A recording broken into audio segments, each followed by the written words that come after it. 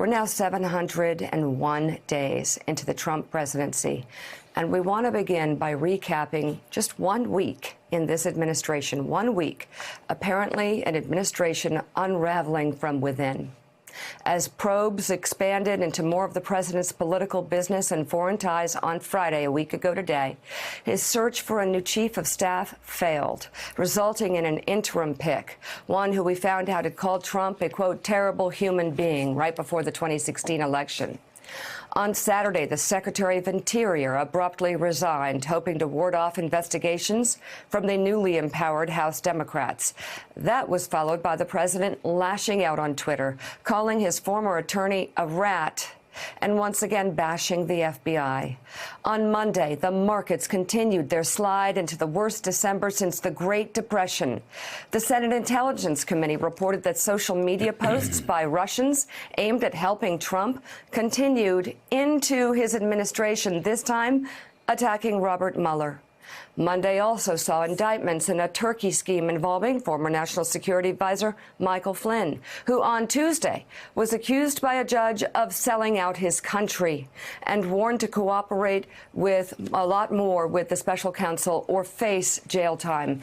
Then on Wednesday, and we're just at Wednesday, President Trump tweeted, seemingly out of the blue, his order for a full withdrawal from Syria, taking the Pentagon by surprise and infuriating Republicans on Capitol Hill. Yesterday, Trump blew up a deal to fund the government over conservative criticism on a border wall.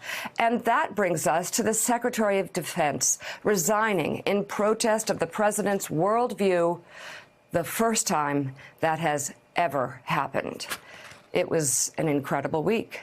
The Pentagon spokesman says Secretary Mattis visited the White House on Thursday afternoon, met with President Trump, and hand-delivered a letter of resignation dated yesterday. It came as the president doubled down on his Syria withdrawal, and reports emerged of a major pullout from Afghanistan. The letter includes none of the usual thanks and praise for the president's leadership or accomplishments, nor even a salutation at the end. Here we go. Quote, one core belief I have always held is that our strength as a nation is inextricably linked to the strength of our unique and comprehensive system of alliances and partnerships. Similarly, I believe we must be resolute and unambiguous in our approach to those countries whose strategic interests are increasingly in tension with ours. It is clear that China and Russia, for example, want to shape a world consistent with their authoritarian model, gaining veto authority over other nations' economic, diplomatic, and security decisions, to promote their own interests at the expense of their neighbors, America, and our allies. That is why we must use all the tools of American power to provide for the common defense.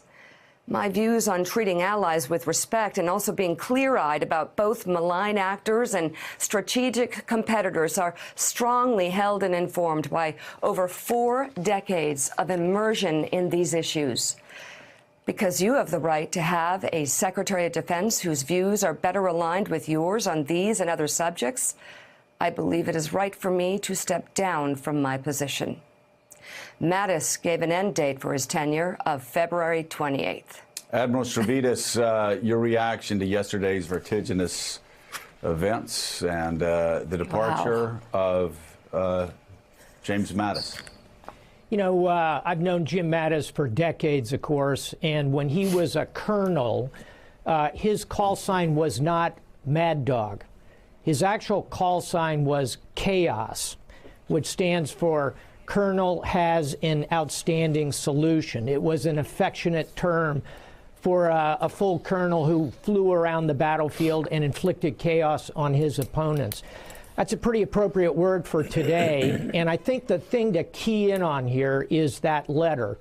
The 3 salient points are allies, partners, and friends, this network that our country enjoys, that he saw being taken apart. Number 2 is the rise of strategic competitors, Russia, China, and in particular, the way we're essentially ceding the Middle East to Russia. Deep, deep concern to Jim. And thirdly, not staying firm, going after terror, the malign actors piece. So allies, partners, friends, strategic competitors, and going after the terrorists, the last one being the pullout of Syria and this supposedly planned pullout of Afghanistan. Those ought to worry us deeply, because that's how we're going to see the return of global terrorism, leaving that zone open. Mattis saw all of that. I think he wanted to stay, but he realized, as we talked about yesterday on the program, Joe and Mika, that to stay any longer, he would have gone from being a guardrail to really being part of this, to being an enabler. Right. And he had to make that choice. It was a terrible choice for James Mattis. I feel for him with all my heart, but he made the right choice in my view. Ambassador Nick Burns, something like this hasn't happened in over 40 years. It happens very rarely that you have a cabinet official departing an administration in protest, but it certainly happened yesterday with Jim Mattis. The language was searing, and anybody that's been covering the news over the past 2 years or watching the news couldn't have missed his Mattis's reference to Russia, and that he sees Russia as an enemy, and he's disappointed in the fact that Donald Trump doesn't understand that. Well, you're right, Joe. This was a letter of protest, and it was also a letter of principle. And Secretary Mattis is reminding the president, but also reminding all of us, of what's really important for the United States overseas, that we have to be committed to our allies. And President Trump, of course, is the weakest American president to ever lead the NATO alliance, and he's made the EU into a competitor. And Mattis also said that Russia and China are our adversaries, and we have to stand up to them, and we have to have strong and consistent policies. And President Trump has been the weakest American president in trying to oppose Vladimir Putin. He's cozied up to Putin. This is going to hurt the United States, because Jim Mattis was the strongest member of the cabinet, the most experienced member of the cabinet, had the most credibility with the rest of the world, the person that people felt could restrain this feckless and cynical president. And so his absence after February 28th is going to hurt our country. You've seen already the damage he's done in announcing the pullout from Syria, a gift to Putin and the Iranians and Hezbollah.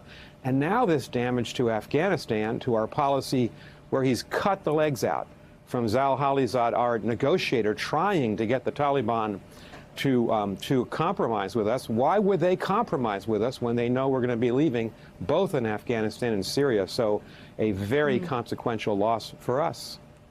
Richard Haas, the ambassador used the term feckless to describe Donald Trump. It's ironic that a man who campaigned on strength has, in fact, become the most feckless and weak president since the World War II. I mean, you look at what he has done. He's pulling out of Syria. He's ceding it to the Iranians, ISIS, and Russia. He's pulling out of Afghanistan. He's, as ambassador said, he's basically just blown up our negotiations with the Taliban to try to negotiate a peace.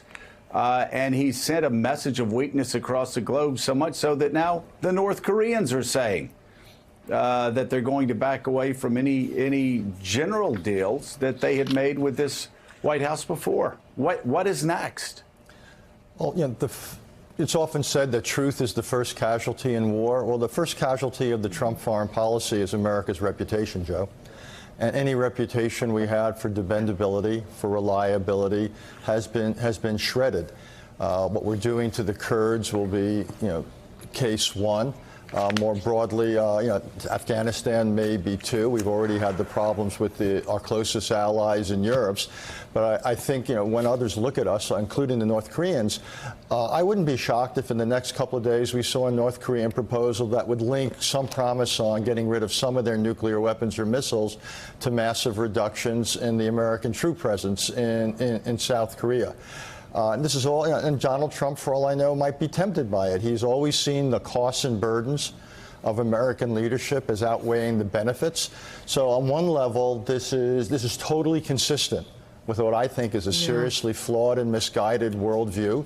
And he doesn't seem to understand that when bad things happen in the world, his goal of making America great again could be literally fatally compromised. You know, he talked about giving up. We've defeated the terrorists.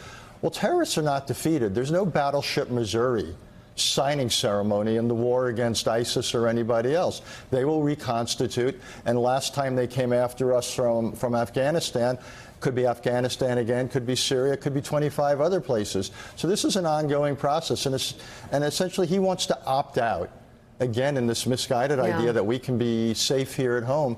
And I think we are going to pay the price for this basically for years to come. This has now become a truly consequential presidency, but not in the way any of us want to see. John Heilman, Republicans have had a tough time. We've been tough on Republicans for not standing up to Trump, and I have to remind myself of the important assumption that everybody is doing their best all the time, and they have been. But could this be a turning point in their relationship with Trump? Because losing Mattis is losing a significant dose of sanity in the White House. Could this be an inflection point with the Republicans as it pertains to this president? Mika, I think it could be, and I think it's one of in a kind of cascading series of inflection points. I think when the history of all this is written, you will start with the blue wave that happened in November that made clear that the president's political strength was much overstated. And that the costs of sticking with Donald Trump were higher than people thought, and that for a lot of Senate Republicans who had looked at the first 2 years and made certain calculations about what the price would be to part with Trump, they now recognize that the calculus is changing, and that there is less cost to leaving him, parting ways with him, than there is to sticking with him. That's an important thing. And then you have these other sequential things that have been happening. Obviously, on the legal front, the notion that Mueller's investigation may be coming to a climax and that Trump is vulnerable on multiple fronts, along with his family. And now you have this resignation, historic in the way that Joe suggested, that I think for a lot of Republicans who in the Senate who looked at Mattis as the guardrail, as I hate the phrase adult in the room. I'm not going to use it but because I think it kind of diminishes others who by not calling them adults, it makes it seem as though they shouldn't be responsible for their actions, but certainly a mature guiding force, someone who a lot of people put a lot of faith in. There's a lot of Republicans now who are scared at what they're seeing. Right. And I think the phrase you used, last thing I'll say, the phrase you used at the top, Mika, when you said unraveling, I think that is a sense that a lot of people have right now about the presidency, and even people who would like to see, who think it would be best for the country if Donald Trump not be president, not reach the end of his term. I think people are now going to start to get to grips with the notion that the unraveling of a presidency is a really ugly thing. And it's a dangerous and destabilizing thing on the global stage and in other places. We are starting to see it, I think, right now. And people are going to have to brace themselves because this is just the start of the destabilization and the ugliness. Thanks for checking out MSNBC on YouTube, and make sure you subscribe to stay up to date on the day's biggest stories. And you can click on any of the videos around us to watch more from Morning Joe and MSNBC. Thanks so much for watching.